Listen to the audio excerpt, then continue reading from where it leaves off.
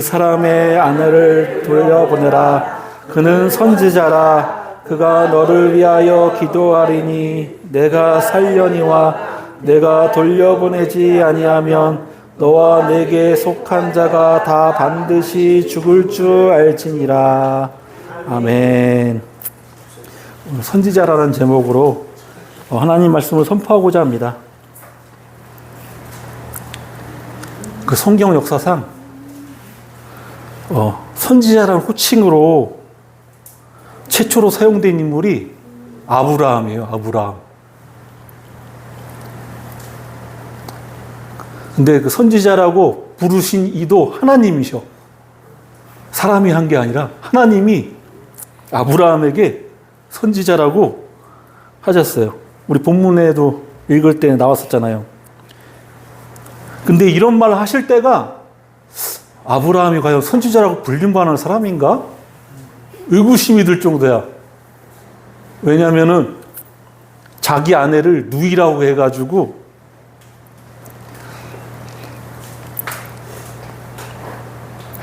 그 아비멜렉에게 아내를 빼앗겼어요.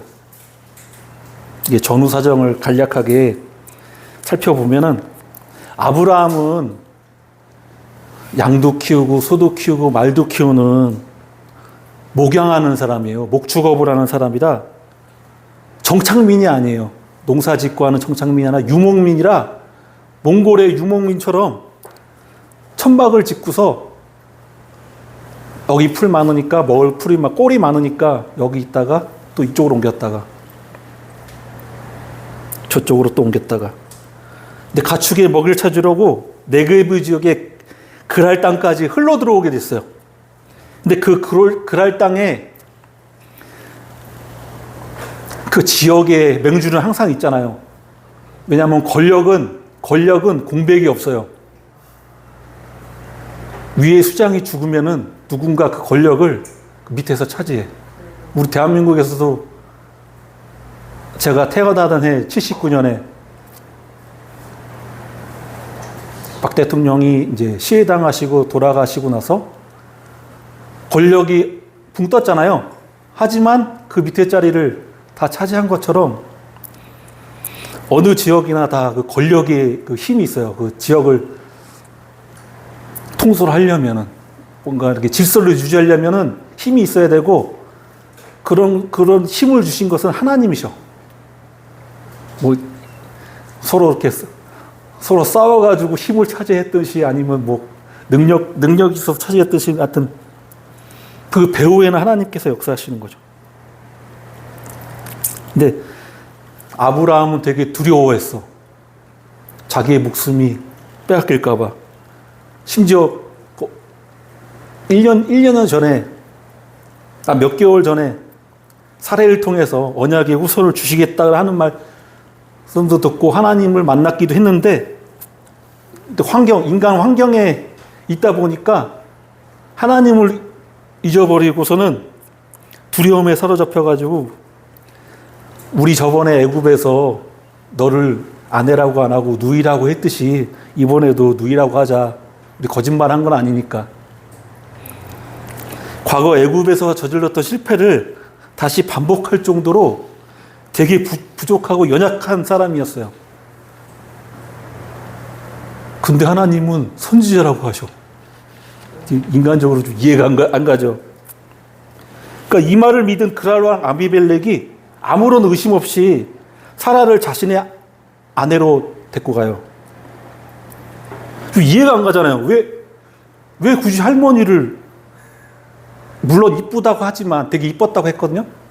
근데 굳이 거기에서도 이쁘고 아리따운 여성이 있을 텐데 왜 사례를 아내로 데리고 갔을까? 저도 되게 의구심 가졌는데 아브라함도 다른 지역에서 이렇게 롯을 빼앗겼을 때, 자기 사촌을 빼앗겼을 때, 조카를 빼앗겼을 때 전쟁에서 싸울 정도로 나름 알려진 인물이었어요. 근데 이 친구가 우리 지역에, 우리 나와바리, 내 구역에 들어왔네? 그러니까 정치적으로 우리 서로 불가침 조약을 맺고서 서로 침범하지 말자. 대신에 너는 내 땅에 들어와서 꼴을 먹여라. 대신 누이라고 했으니까 내 아내로 들어와라. 약간 정치적인 동맹이었어요. 예를 들어 태조 왕건 보시면은 왕건이 여러 와이프를 두잖아요. 그 지방에 호족들이 있는데 지방의 호족들의 정치적을 지지를 받아야 그 후삼국 시대에 이제 고려를 세울 수가 있잖아요. 그래서 거기에서 이제 딸내미를 왕건에게 주고, 한마디로 인질이죠, 인질. 대신에 너는 나의 정치적으로 지지해줘라. 대신 딸을 주는 대신에 이 지방에 나와버릴 그 다스리는 일말의 그 권한이라든가 뭔가 지역 짱이 되게 그거를 좀 인정해줘라. 거기서 이제 세금도 받고 할 수 있게 일정 부분은 보낼 테니까, 서로 불가침 조약 맺고서 서로 이제 정치적으로 혈연 관계가 된 거예요. 그런 것처럼 그때 당시에도 그런 일이 비일비재했대요. 아마 애굽 왕도 아마 그런 이유에서 사례를 아내로 들이지 않았을까.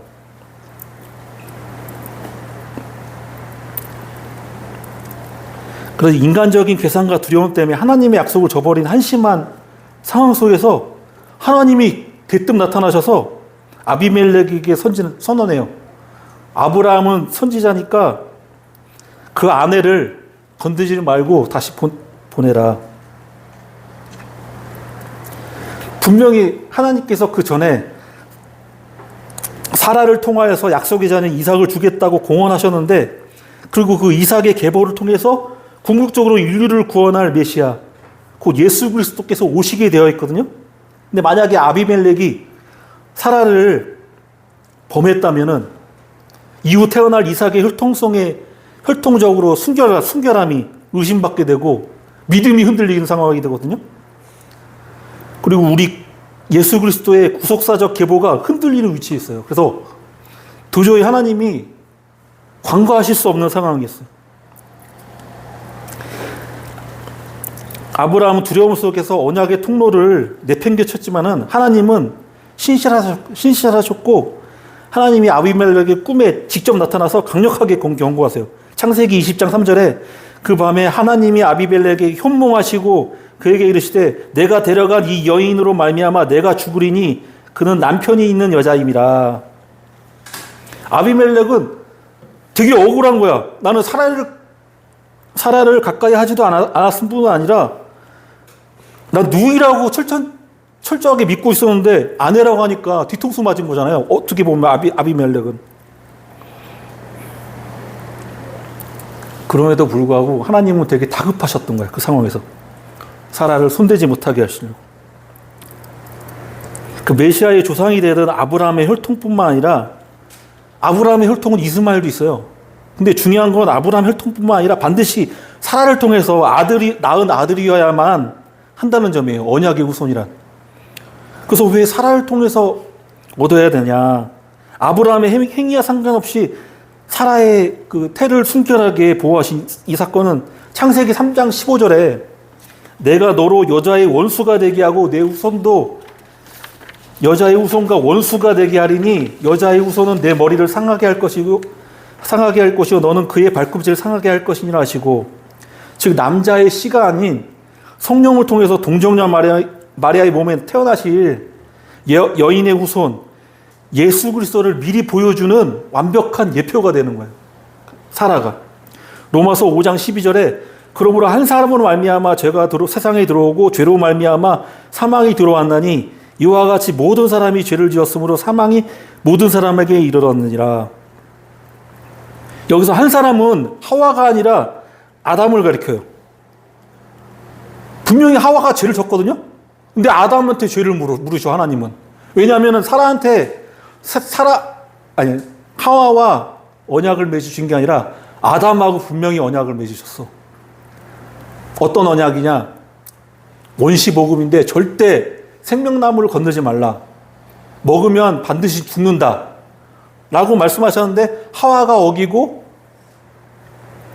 아담이 잘 이렇게 이끌어 갔었어야 되는데 아담마저 그 죄를 범하고 선악과를 먹으로 말미암아 그 죄가 하와에게 있다고 하지 않으시고 아담을 통해서 아담의 그 피로 그 계보를 따라서 죄가 유전된다고 하셨어요. 그래서 한 사람으로 말미암아 죄가 세상에 들어왔다고 했어요. 그러니까 저도 죄인이잖아요. 태어나자마자 뱃속에서도 죄이잖아요. 근데 이 죄는 어디서 왔나? 저의 어머니인 진영복을 통해서 온 게 아니라 아빠인 정상석의 피를 통해서 온 거예요. 그렇다고 진영복은 죄가 없나? 아니죠. 진영복의 죄는 외할아버지의 죄를 통해서 왔어요. 그럼 죄인이야. 그럼 왜 예수님은 왜 죄가 없으실까? 마리아도 아버지를 통해서 죄를 이어받아서 죄인이에요. 마리아도. 성모 마리아도 죄인인데 아담의 그 남자로부터 이렇게 죄가 이어지는 게 성령을 통해서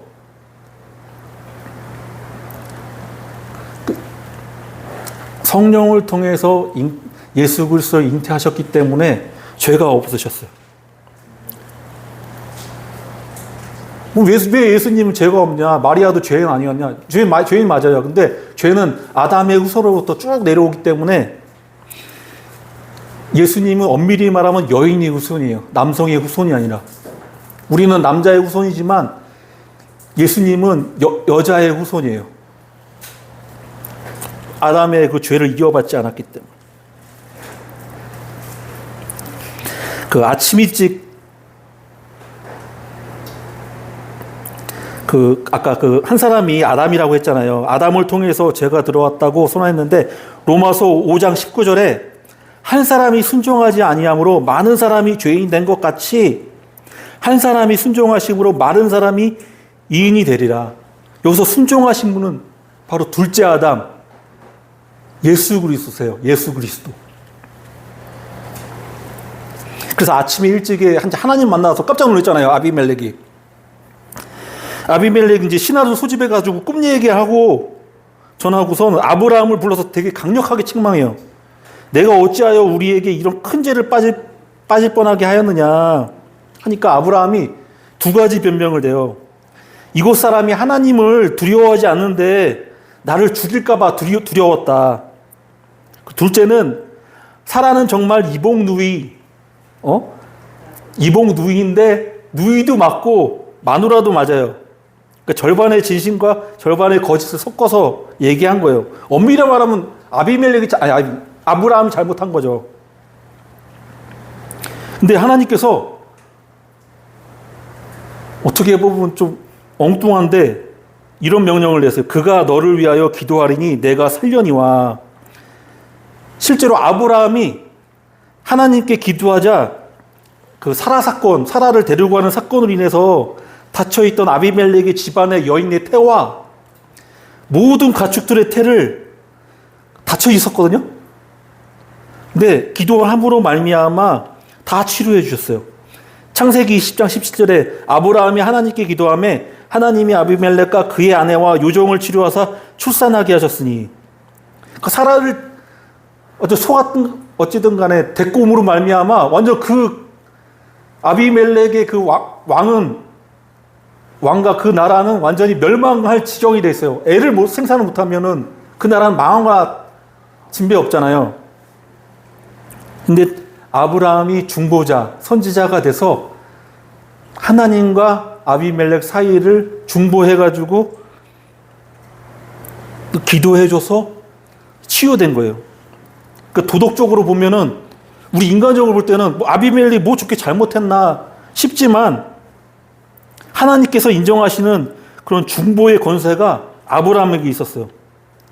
비록 허물 많고 넘어졌던 아브라함 일지언정 이방 왕을 위해서 기도할 때 그 태가 열리는 중보자로 크게 쓰임 받았어요.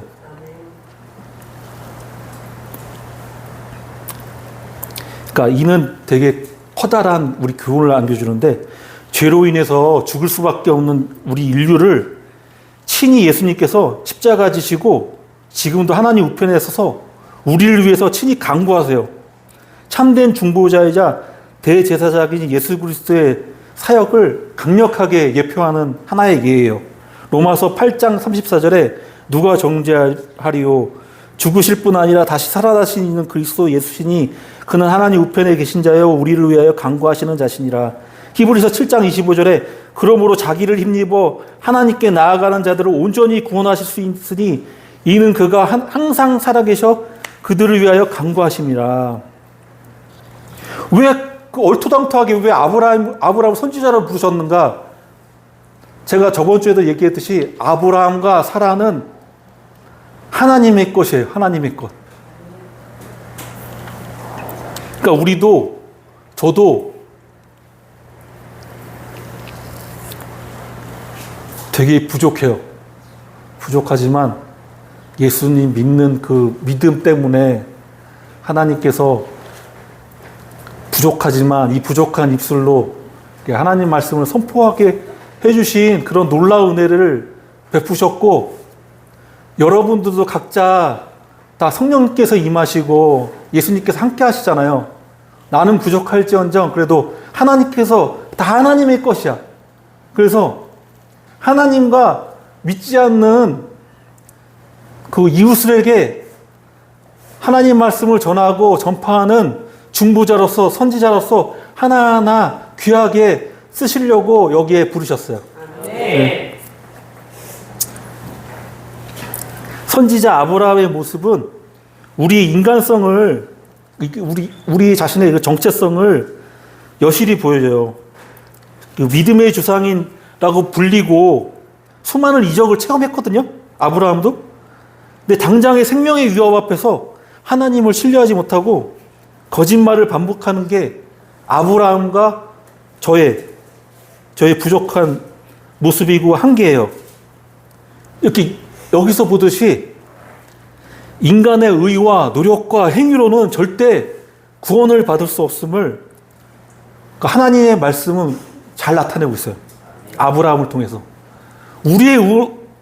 우리의 구원과 하나님 자녀를 삼으심은 오로지 예수 그리스도를 통해서 거저 주어진 선물이다. 기프트다.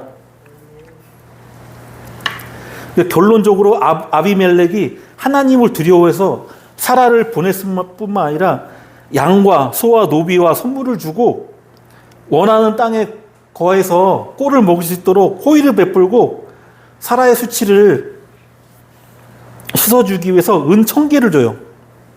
그러니까 아브라함이 믿음의 조상이 되고 믿음의 선조가 된 것은 도덕적으로 완벽했거나 자격이 있어서 된 것이 아니라 아브라함은 철저히 실패하고 용복을 사람이었으나 하나님께서는 끝까지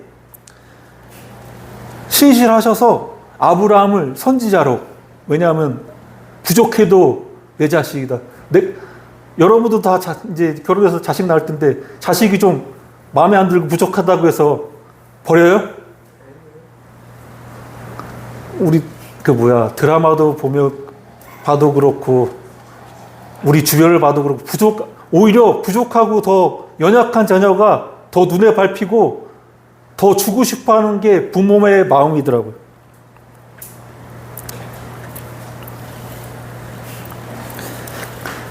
자신의 어떠함을 자랑하는 게 아니라 우리의 연약함과 실패를 불구하고도 예수님께서 직접 대가를 치르시고 희생하셔서 조건 없는 구원의 은혜를 우리에게 베푸셨어요. 베드로전서 2장 9절에 그러나 너희는 택하신 족속이요 왕같은 제사장이요 거룩한 나라요 그의 소유가 된 백성이니 이는 너희를 어두운 데서 불러내어 그의 기한 빛에 들어가게 하시니 아름다운 덕을 선포하게 하려 하심이라. 왕이요 제사장이요 거룩한 나라요 그의 소유된 백성이 된 것은 우리의 어떠함 때문이 아니라 하나님의 예수 그리스도를 통한 전적인 은혜와 선물인 것을 믿으시기 바랍니다. 우리 역시 아브라함처럼 중보자로 선지자로서 믿지 않는 친구들에게 하나님과 믿지 않는 자를 연결시키는 어떻게 보면 선지자, 중보자의 역할로 물론 우리 안에는 예수님이 계시니까 하나님께서 우리를 쓰시는 거예요. 예수님 없이는 우리는 아무것도 아닌 거죠. 아브라함이 자꾸 넘어지고 세상 위협 앞에 비겁하게 타협하면서 내가 과연 그리스도인이 맞는가 낙심하고 좌절할 때가 많잖아요. 하지만 하나님께서 우리를 선지자로 성도로 삼으신 것은 우리의 완벽함 때문이 아니라 우리 무능함에도 불구하고 우리를 통해서 여인의 후손이 되신 예수 그리스도의 생명을 세상에 전하시려는 하나님의 신실하신 언약 때문입니다. 우리의 연약함을 덮으신 예수 그리스도의 보혈의 은혜를 의지하고 아브라함이 기도로 아비멜렉의 집안에 닫힌 태를 열었던 것처럼 죄로 인해 메마르고 닫혀있던 이 세상을 향해서 중보의 기도를 합시다.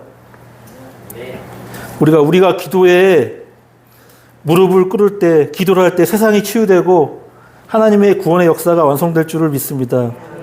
이 은혜의 통로로 쓰임받는 복된 선지자, 중보자의 삶을 살게 되시기를, 또한 하나님의 지혜요 하나님의 방법이신 예수님을 따라서 영혼이 잘된 것 같이 범사에 잘되고 강건하며 생명 얻되 넘치게 얻는 믿음의 형제자매 다윗 공동체가 되시기를 나사렛 예수 그리스도의 이름으로 축복합니다. 축복합니다. 축복합니다. 네.